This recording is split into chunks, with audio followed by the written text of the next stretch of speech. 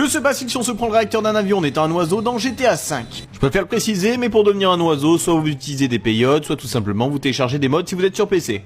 Avant de s'attaquer au réacteur de l'avion, on va d'abord essayer de se prendre les hélices d'un avion et surtout aussi les hélices d'un hélicoptère. J'ai figé un avion pour pouvoir réussir à passer correctement dans les hélices et voir ce qui se passe. Et vous allez voir qu'on passe tout simplement au travers des hélices.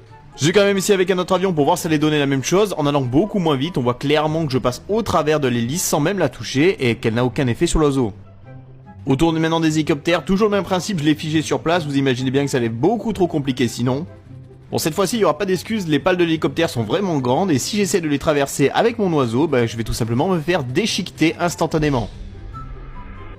Continuons avec les avions et au début j'ai essayé de le faire sans figer l'avion et je peux vous dire que ça a été une véritable galère, déjà ils vont trop vite ou alors ils changent trop souvent d'altitude. Au bout d'un moment j'ai laissé tomber et j'ai bloqué l'avion pour ne plus qu'il bouge. Et au moment où l'oiseau va percuter le réacteur, ça sera automatiquement fatal pour lui, par contre le réacteur lui ne subira aucun dommage.